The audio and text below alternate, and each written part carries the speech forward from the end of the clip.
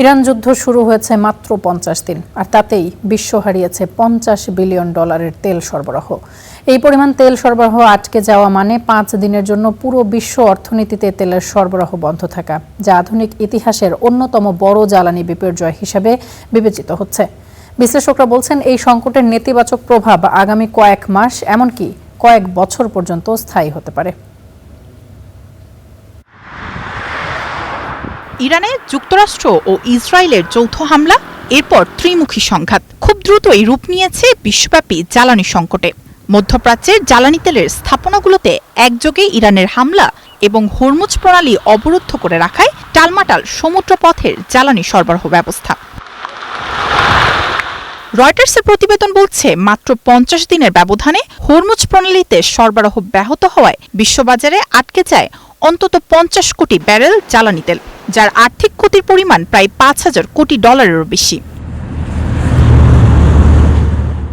যুদ্ধকালীন সময়ে ব্যারেল প্রতি তেলের গড় দাম $100 ধরে হিসাব করলে এই ক্ষতির পরিমাণ দাঁড়ায় প্রায় $500 মিলিয়ন, যা লাটভিয়া বা এস্তোনিয়ার মতো দেশের পুরো অর্থনীতির সমান।